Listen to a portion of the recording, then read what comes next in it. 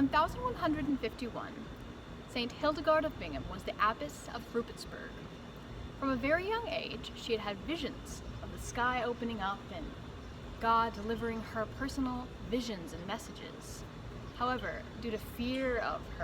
mockery and also uncertainty about the visions themselves, she didn't actually share these visions with anyone until she was about 43 to 45. When she was a young girl, her parents didn't really know what to do with her, with all of these visions, and also it was common in the day for noblemen and noblewomen to give one of their children to the church. And so, young Hildegard was given, and she was shut away with an older nun and given instruction as well as encouragement on the visions that she was receiving. In her late 40s, she received a vision that gave her permission from God to share the visions that she had been seeing with the world finally, and soon after was granted approval from the church. Her visions spanned from things such as medicine to the human body to music and beautiful poetry that was shocking to come from someone with no formal training. One of her most notable works is Ordo Virtutum, or Song or Play of the Virtues. The play centers around one woman who is being tempted by the devil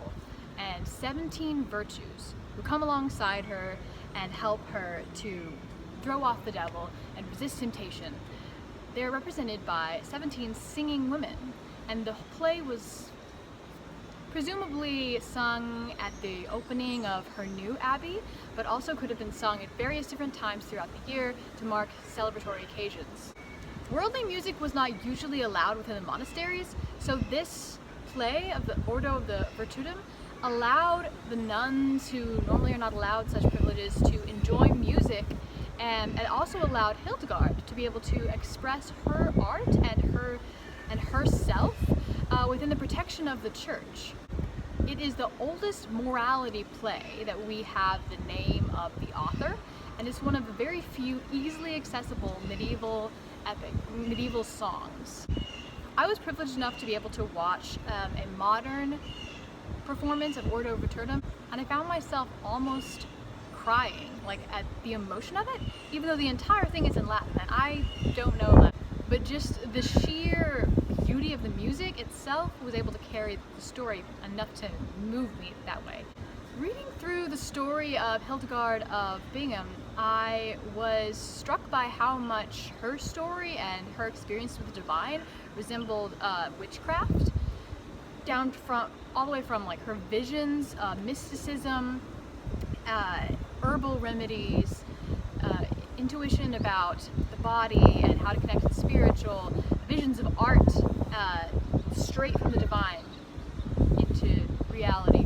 It just reminded me a lot of what I know of witchcraft, and it just made me very glad that she was able to,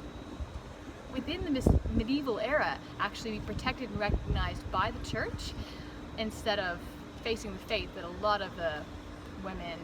experiencing the divine and mysticism experienced in that era. Ordo Virtutum holds truth for any religion or non-religious person. While I myself may not think of Satan and the virtues as entities, I can still understand the struggle of someone resisting, evil and trying to realign themselves with good. In fact, in this day and age, or really in any day and age, any religion or non-religious person can relate with that struggle of needing to realign with your own individual identity and your own virtues in order to escape the snare of evil and of just like temporary desires or harmful desires. So whether you call the divine that you're connecting with God or a goddess, or simply the virtues, the ability to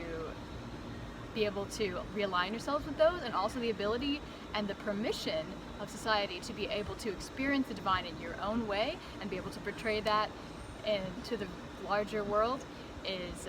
something that I believe is like crucial to our survival as humanity and as our unification and greater good.